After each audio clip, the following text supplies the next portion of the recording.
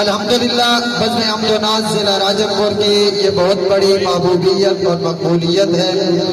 اور یہ بزم حمد و ناز ضلع راجن پور کی ٹیم صرف اکیلی نہیں بلکہ الحمدللہ بزم حمد و ناز یہ ضلع راجن پور کے جید علماء کرام کی زیر سرپرستی میں کام کر رہی ہے،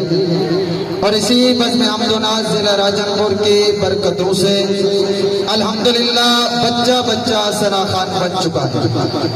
اور ایسے ہم نے نوجوان دیکھے جو کہتے تھے جی نعت خواں کیا ہے، نعت خواں ایسے ہوتے ہیں ویسے ہوتے ہیں۔ الحمدللہ بزم حمد و ناز ضلع راجن پور کی برکتوں سے ان کے ہر طرح سے اور ہر جگہ پر ایسی محفلوں میں شامل ہو کر الحمدللہ وہ بھی ہماری بزم حمد و ناز ضلع راجن پور کا حصہ بن کر ثنا خوان بن چکے ہیں، اور الحمدللہ آپ حضرات کے سامنے بزم حمد و ناز ضلع راجن پور کی پوری ٹیم تشریف لا چکی ہے، اور اسی طرح جس کی سرپرستی میں یہ بزم حمد و ناز ضلع راجن پور کی ٹیم کام کر رہی ہے،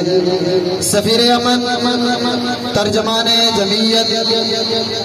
فخر ضلع راجن پور حضرت اقدس حضرت مولانا علامہ قاری محمود احمد قاسمی صاحب دامت برکاتہم العالیہ، اور ترجمان جمعیت حضرت مولانا عبدالصمد درخواستی صاحب دامت برکاتہم العالیہ،